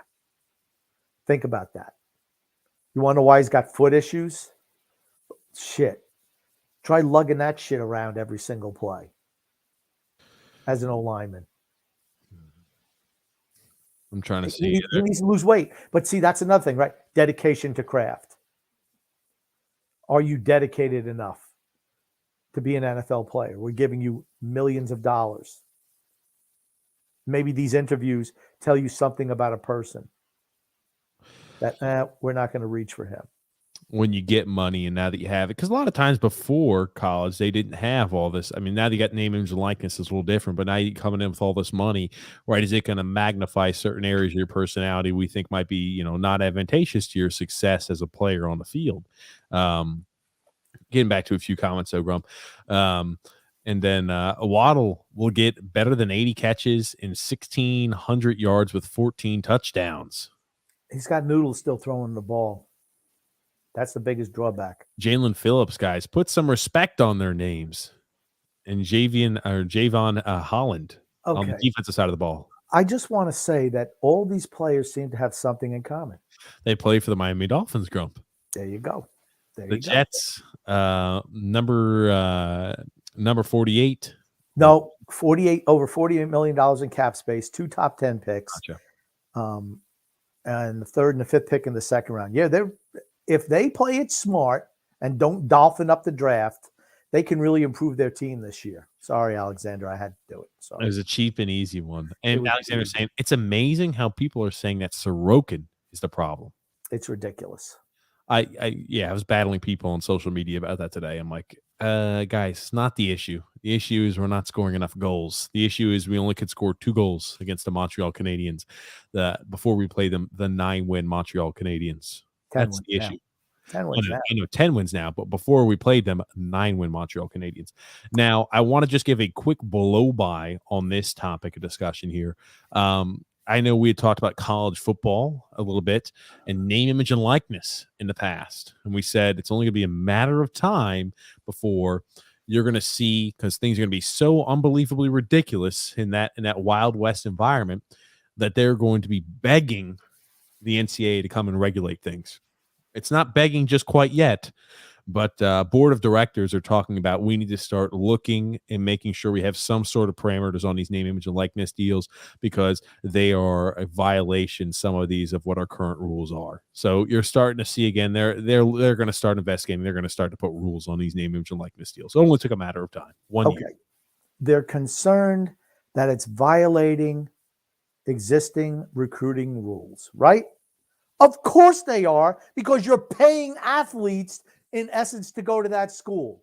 That's what happens when you let people get paid by their name, image, and likeness. That is exactly what's going to happen. So they knew this. I don't know what they're even crying about. Partially those prohibiting booster involvement, but it also may be impacting the student athlete experience negatively in some ways. That last part you can't sell me on, but yes, guess what? The boosters are paying for them. A lot of these boosters that are really wealthy individuals, most times are business owners, or they become wealthy in some capacity, so they could say, oh, terrific, I have other investments. I have XYZ. I'm going to go ahead. I own Wendy's franchise. I'm going to go ahead and make you the face of our Wendy's company. We're going to be on our local Wendy's store. I'm going to go ahead and have you take pictures, and it's going to be you holding up a sign saying, "Let's go Florida Gators." And you're going to be across the 40 Wendy's I own in the area. And we're going to pay you $1.5 million to come here. Does that sound like a good deal? Yeah. Of course, everything's so intermingled like that. They're going to have to modify and update because the way things are currently going, it will not be sustainable long term. Here's the thing. If you read the next, according to the board, the involvement of schools, oops, you'll need to still go up. Not that one. There we go. Yes, that. The involvement of schools in arranging for deals was also a concern, as well as how to best ensure adequate representation for the student athletes as they negotiate contract terms. You know what it sounds like to me? The NCAA wants to jump into that business and start getting some of that money. That's what's really going to have to have now you're going to have an NCAA name, image, and likeness negotiator in every single one of these, perhaps. Yeah, that's next. That's next. We're just looking out for your safety. There's how can we allow 18-year-olds to make big life-changing deciessions like that? You could join the military at 18. You get shot in a foreign country, but somehow you cannot make a deal with where here's the thing. 6 months ago, you weren't allowed to get any money for going to play college sports. Now you're making money, and now you're worried about the money that they're getting. They're such liars. These people are such liars. It scares me. They're only in it for themselves. Sorry. I think about right. They need adequate representation. I wonder if they're also saying regarding, like student loan debt reform, if everybody 18-year-old kid who takes out large amounts of student loan debt when they go to school, if they have like some sort of adequate party that can explain that to them, that what could be reprehensible for them long term if they're going into a certain field. Maybe you need to look at a college that's more affordable. I wonder if they have, the regular everyday Joes, if we're fighting for that too, or if it's just so we can start getting a little bit more in our pockets again. That doesn't make them any money. See, that doesn't. Yeah. They get. And you want to go here for basket weaving and borrow $40,000 a year? No problem at all. We'll make sure that happens for you. We don't care about your representation as Billy Basket Weaver. We don't care if you can get a job in that. But we'll take your money. Don't worry about it. We're involved with these guys because, well, you know what? That's some of the money that we can't get our hands on, and we want it. It's always about money. Everything's about money. Whenever somebody tells you it's about sport, it's not. It's about money. Everything's about money. Always about money. Again, said Holland had a great season for a second-round pick, and Phillips had 10 sacks. Now, Alexander forgot the question. Offensive, yeah. Alexander forgot the question was, which player was going to make the biggest improvement from the first year? Holland had he was very good. Good pick. Is he going to become an all-pro next year? Probably not. Phillips had 10 sacks. Is he going to have 20? I mean, I think you could see Zach Wilson's numbers take off, or Javon Williams' numbers can take off. I could see him easily being a 1,000-yard rusher next year and catching a lot of passes out of the backfield. I mean, he kind of taken over that lead spot from Denver by the end of the year over Melvin Gordon. But, that's what the whole thing. And Waddle, he was great last year. So I don't expect him to make that big of a jump. This draft was considered Chris Greer's best draft to date. Well, yeah, the year before that, I mean, you had Tua, Austin Jackson, and the corner that you don't play, all in the first round. So, and you had 2 seconds. But yeah, John P says if Mekhi Becton shows up to training camp at 400 pounds, would they release him? I can't imagine they, being the Jets, are not monitoring his offseason preparation with their money invested in him. They won't release him after 1 year. It won't happen. They might send him to fat camp, but they're not going to release him. As they're saying, guys, Olive Garden or Cabarrus? I like Olive Garden. I'll go with Olive Garden also. Sorry, TJ. Didn't mean to make you mad. No, I'm saying you didn't make me mad. What do you say to make you mad, TJ? I don't know. I didn't mean to. I'm not trying to show upset, bro. No, I'm not upset. Oh man, Grumpy, you paint me as this evil villain, and now people think when I say anything that's not happy-go-lucky. Now that no, he's nice to the people. He's just mean to me. Yeah. There's a reason. last topic of discussion. Cowboys paid a confidential settlement, $2.4 million to 4 members of their cheerleading squad, accused of a long-term team senior vice president, Richard. How do you pronounce that? Dalrymple. Dalrymple of voyeurism in 2015, according to documents obtained by ESPN and people with knowledge of the situation. Not a good look. My question is, well, he was also taking pictures, underskirt pictures of Jerry Jones's daughter at the NFL draft. Yeah. And it's like, dude, what the hell is wrong with you? I don't know. But my whole thing is, first thing the Dallas Cowboys should have done was got a confidentiality agreement with these ladies. I guess they didn't, and now they're paying the price. So, but well, this is not even that. I mean, think about it. This came out earlier on this week. This came out 4 days ago, Grump. If we're right here at the 20th, this came out on Wednesday. This came out on Wednesday, and it's barely being talked about. Well, I'm talking about it. I think it's wrong. Don't you? Well, think? no, I'm just saying, right? You talk about the public sphere in the media, like what are they talking about? They haven't talked about this at all. I bet it'll be a bigger thing than you think. It's Jerry Jones. It tells you the power that Jerry Jones has, doesn't it? Yes, I think it does tell you the power that Jerry Jones has. It's Jerry Jones, and they're not going to do anything to upset good old Jerry Jones. They love him. And Rich Dalrymple resigned at the end of this year. And I thought it was the end of the year in 2015, right? Or no? No, he retired at the end of this year. It was time for him to step down, whatever. And I think that's why it's coming out now. They didn't want to do all. He's still part of the organization. Here's the thing, buddy. Keep your camera to yourself. Keep your peeping eye to yourself. I mean, what the hell is wrong with you? You're an adult man, you're a grown man. Act like a human. My gosh. You and Juwan Howard need to go to some type of camp to get straightened out. I would say he needs a little bit more than Juwan Howard does. Maybe if Juwan Howard was on the Dallas coaching staff, if he saw him being his peeping Tom self, he walked him and he was smacked him upside the head. That could actually be good. All parties would have won. That's right. Alexander said he didn't mean to make me upset about the Dolphin takes. No, the Dolphins could. I mean, the Dolphins should be able to take a next step forward this next year. I worry a bit about McDaniel as a head coach, though. Leader of men, is he that? The thing is, 2 years ago, they had an opportunity to really cash in the draft, and they picked the wrong quarterback. I mean, and they're still sticking with him, which, okay. I mean, I would have drafted another quarterback last year. I just don't think his arm is good enough, Alexander. I'm sorry. But for me, it's like, man, you mess up that quarterback, that's like 5-6 years of development. And that's if you get the next one right.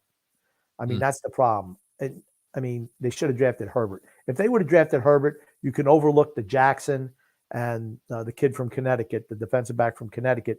You can overlook those because you got the guy. You have the quarterback's the most important position. When you miss that, it's just bad for your franchise. And they did a good job, right? Waddle was a good pickup at the wide receiver position. Phillips, I mean, you made good picks on the defensive side of the ball this last year in this draft, but it's just like, crap. You hope it's all for naught because you made the wrong choice at QB.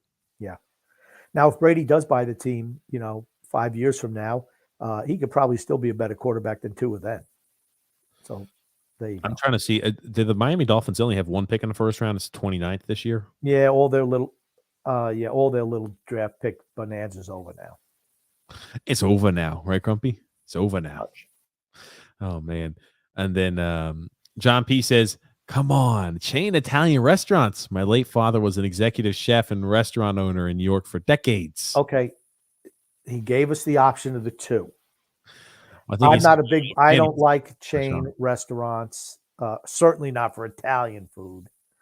You don't like Olive Garden's pretty good. I'm not saying it's the greatest thing since sliced bread. No, we got one next to our gym. We I get some chicken fettuccine, or I think it's what it is, right? With the white sauce. Yeah, fettuccine chicken or chicken Alfredo. That's what I get. I get some chicken Alfredo. I get some breadsticks. I get some gnocchi soup. And hey, after a day at the gym, fills me up and I feel great. You can eat shit out of a damn garbage can. You're hardly a connoisseur of fine cuisine. That's all I'm fine cuisine. Okay. Maybe I'll make myself some hot dogs after this show this evening. Yeah, a couple of packs. Only make 4 or 5. I'm watching my figure. I tell you what, next podcast, I want to show you what it's like TJ eating the hot dogs. It's often comparable to the kielbasa queen who used to be on the old Howard Stern TV show on WOR TV. I don't even want to guess. I know Howard Stern used to be really edgy back in the day, so I don't even want to imagine that. It was great. I remember, I'm like, holy crap. What a film saying, well, at least some of the cowgirls or cowboy cheerleaders got some cash because they don't get paid, which seems strange. Yeah, I was about to say they don't get paid. I don't think much at all. I think they get paid, but it's not a whole lot. Very little, very little. Yeah, they're game day employees. I was about to say they don't get paid. Don't be a cheerleader then if you don't like it. You don't have to be. Nobody's forcing you to take that job. They're very iconic individuals. Don't cry about the money is what I'm saying. Don't cry about the money. You're not doing it for the money. You're doing it out there to show off what you got. You're doing it out there to be part of the Cowboys cheerleading squad. Yeah, that's it. Right. Okay. Right. What can I say? Maybe I've got, I think, better intentions than you do, Grump. Yeah, that's it. Yeah. Tony Cheese says Olive Garden is pretty good. As an Italian man, I have to tell you, I'm not angry. I'm just disappointed. Tony Cheese, come on. You don't like a little bit of Italian? Their sauce isn't that good. Sorry. If you I want to pick it over Carrabba's, but I mean, I don't eat Italian food out at a chain restaurant. Never have. Actually, I can't say I never have. I did at Olive Garden once. I don't think I've ever eaten at Carrabba's. I was about to say I haven't eaten at Carrabba's. I don't think I pronounced the name right, so I could tell you that I've never eaten at Carrabba's. I've eaten Olive Garden. Olive Garden's not bad. The best places are like these family-owned joints. They make with Italians working back there, real Italians. Real Italian. Where they speak Italian. Real Italians where they're straight off the boat from Italy. Let me tell you something. I worked for people like that, and they always made the best Italian food. I could make a hell of a good Italian sauce. What type of sauce? What would you do, Grumpy? And it's not gravy, it's sauce. Oh, hold on. When you said sauce, you weren't talking about red sauce. You're talking about gravy? No, some people call it gravy, if you can believe that. They call it, Italian pizza? Gravy. No. Pizza's different than freaking spaghetti sauce. It's not the same shit. Pizza sauce is different than spaghetti sauce. Again, I don't know why I even talk to you about these things. You're so lost. You live out in the sticks. You don't know anything. Oh, man. Come on. You live in flyover country. Oh, man. I'll tell you. I to be honest with you, I will we'll occasionally eat some ravioli, and we'll have like a little bit of whatever. We get like the sauce at the store, pre-made sauce. And we put some turkey in there. Ground turkey and some store-bought sauce and some ravioli, and it's fantastic. It's delicious. I'm telling you. Whew. Everybody at work loves it. They love the smell of it. Ridiculous. John P. said, "Oh my God, I can remember her, grumpy old man. I was a stern listener / viewer back in the day. Don't tell my bosses. LOL." I was about to say, yeah, the kielbasa queen. She was something else. We'll definitely have to post that up there. We'll find something with the kielbasa. John, what a film saying here. It's great PR. It helps a lot on the resumes, so it's worth it. Yeah, I mean, it's not like you're doing it to get paid. Tony Cheese saying Olive Garden can eat a bag of peckers, man. That stuff sucks. And Warzone Warlord says, TJ, stick to Pizza Hut. Grumpy old man sounds like a food expert here. Yeah, you look at me, you know that I'm an expert at eating food. Hey, I'm a fan of Domino's. I'm not a Pizza Hut type of guy. If I'm going to a chain pizza place, Domino's, man. Domino's. Neither one of them are good. I used to love when I worked in the pizzeria. Man, it was the best job I ever had. The most fun, without a doubt. Family-owned restaurant. Man, oh man, it was so much fun. It was great. John P. said, Grumpy old man, I worked in my father's restaurant for several years, and I can make a mean sauce. However, on Sunday, it is and was called gravy. Yeah. At least in my Calabrian family. Yeah, and I know some people call it gravy. I never call it gravy. It was always sauce. Always sauce. Sorry, John. Well, Grump, we're here at the end of the show today. What do you want to say before we wrap things up? I just want to say love and laughter to everyone who listens, and even those who don't, from TJ and the Grumpy Old Man. We do it all for you. We really do. Absolutely. Thanks, guys, for tuning in. Again, we do it there for you guys. We do it to spend time, Grumpy, and have a good laughs and talking sports and shooting the shit. Thank you, everybody, for tuning in. Thank you again, as always, Grumpy. My pleasure.